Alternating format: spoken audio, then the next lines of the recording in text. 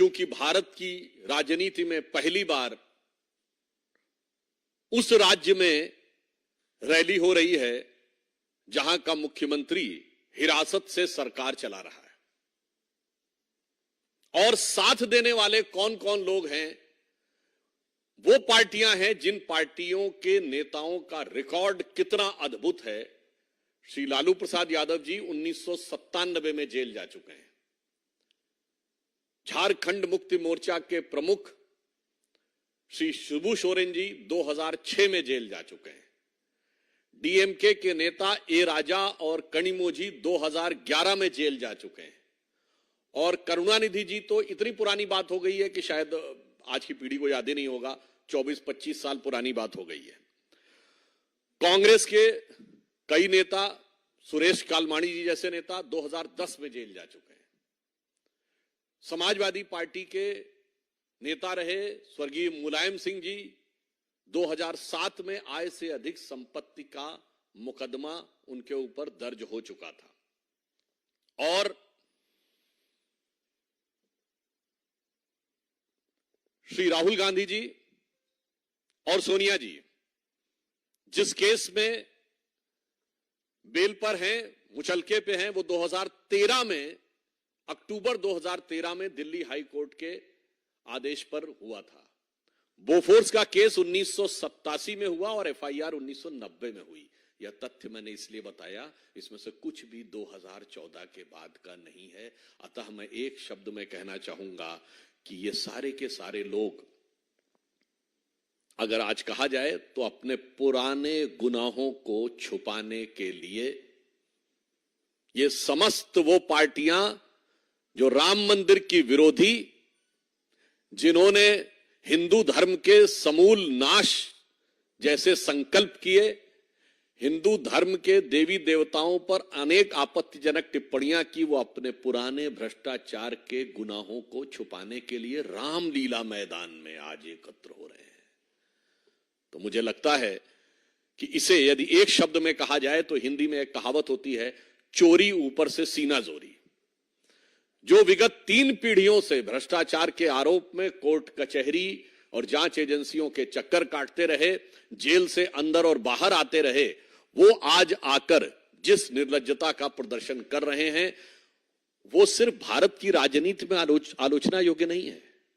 मैं दूसरा एक बिंदु कहना चाहूंगा कि ये भारत की राजनीति में विश्वसनीयता के संकट का प्रतीक है, क्योंकि ये वही रामलीला मैदान है जहां से 12-13 साल पहले किस ढंग का एक सीन दिखता था, इंडिया अगेंस्ट करप्शन। और आज उसी रामलीला मैदान में everybody is with corruption, everybody is for the cover up of the corruption. और इसलिए तब इनके गुरु अन्ना हजारे होते थे, आज लालू प्रसाद यादव जी हैं। तब जिस पार्टी के लिए अपशब्दों का प्रयोग करते थे, भारत की राजनीति में उस समय तक इन शब्दों का प्रयोग सार्वजनिक रूप से नहीं होता था, चोर और बेईमान, आज उनके साथ हैं। तो मुझे लगता है कि राजनीति में विश्वसनीयता का संकट यही है। एक तरफ हम श्री नरेंद्र मोदी जी के नेतृत्व में राजनीति में विश्वसनीयता की प्रामाणिकता के प्रतीक हैं, ये विश्वसनीयता के संकट के प्रतीक है। हमारा यह सिद्धांत है, जो कहा वो किया। इनका सिद्धांत है, जो कहा ठीक उसका उल्टा किया। और अब तो इनकी हालत वो हो गई है कि मुझे लगता है गुनाह करते करते करते करते, भ्रष्टाचार करते करते 2-3 पीढ़ियों से इन पार्टियों की स्थिति ये हो गई है कि लज्जत कभी थी, अब तो मुसीबत सी हो गई, मुझको गुनाह करने की आदत सी हो गई। अब आदत से मजबूर होकर वह इस प्रकार के कार्य कर रहे हैं। इसमें एक और मैं कहना चाहता हूं बात, वास्तविकता में जिस रैली को इन्होंने लोकतंत्र बचाओ रैली कहा है, वास्तविकता में वो परिवार बचाओ और भ्रष्टाचार छुपाओ रैली है। मैं पुनः कह रहा हूं, यह तथाकथित लोकतंत्र बचाओ रैली वास्तविकता में परिवार बचाओ भ्रष्टाचार छुपाओ रैली है, क्योंकि सभी भ्रष्टाचारी एक दूसरे का साथ देते हुए भ्रष्टाचार के भाईचारे में एक साथ हैं। और ये मैं अभी आपको बता रहा हूं, परिवारवाद के कुछ नए आयाम परिवारवाद के कुछ नए स्वरूप, परिवारवाद के कुछ सदस्यों का नया अन्नप्राशन होता हुआ आपको आज नजर आएगा। दूसरी तरफ, इसलिए मैं सिर्फ एक लाइन में कहना चाहूंगा, ये लोकतंत्र और मोदी विरोध तो सिर्फ बहाना है। वास्तविकता में अपने अपने भ्रष्टाचार और गुनाहों को बचाना है।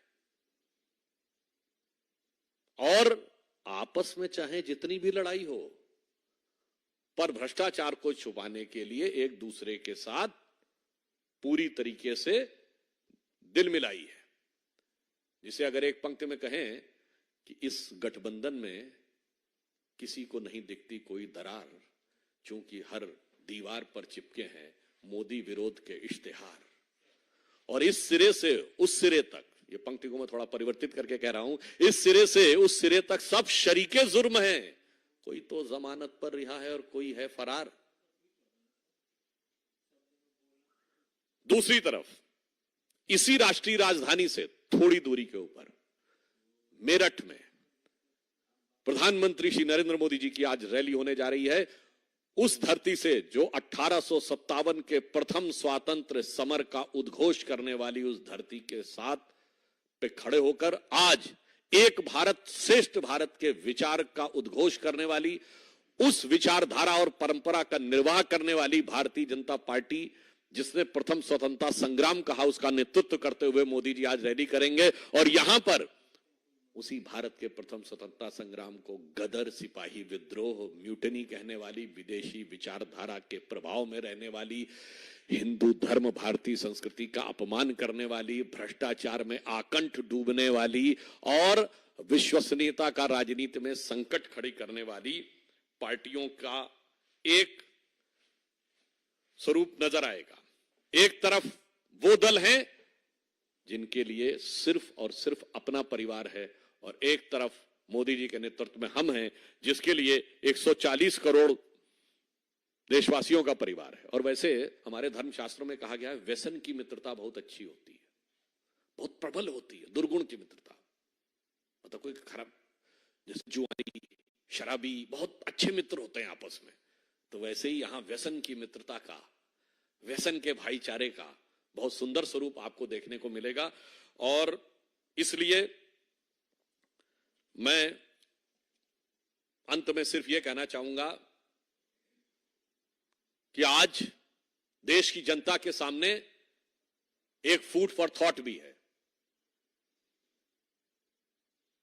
कि एक तरफ नई राजनीति और प्रयोग धर्मी राजनीति का वक्त अब नहीं है।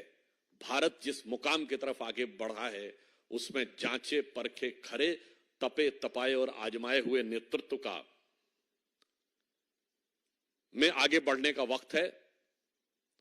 और जिस प्रकार का छल इसी रामलीला मैदान पे इस देश की जनता के साथ हुआ था कि नई राजनीति, भ्रष्टाचार के विरुद्ध संघर्ष, जिसमें कभी अन्ना हजारे थे, किरण बेदी थी, कुमार विश्वास थे और अन्य लोग थे, जन लोकपाल था जहां शपथ ली गई थी।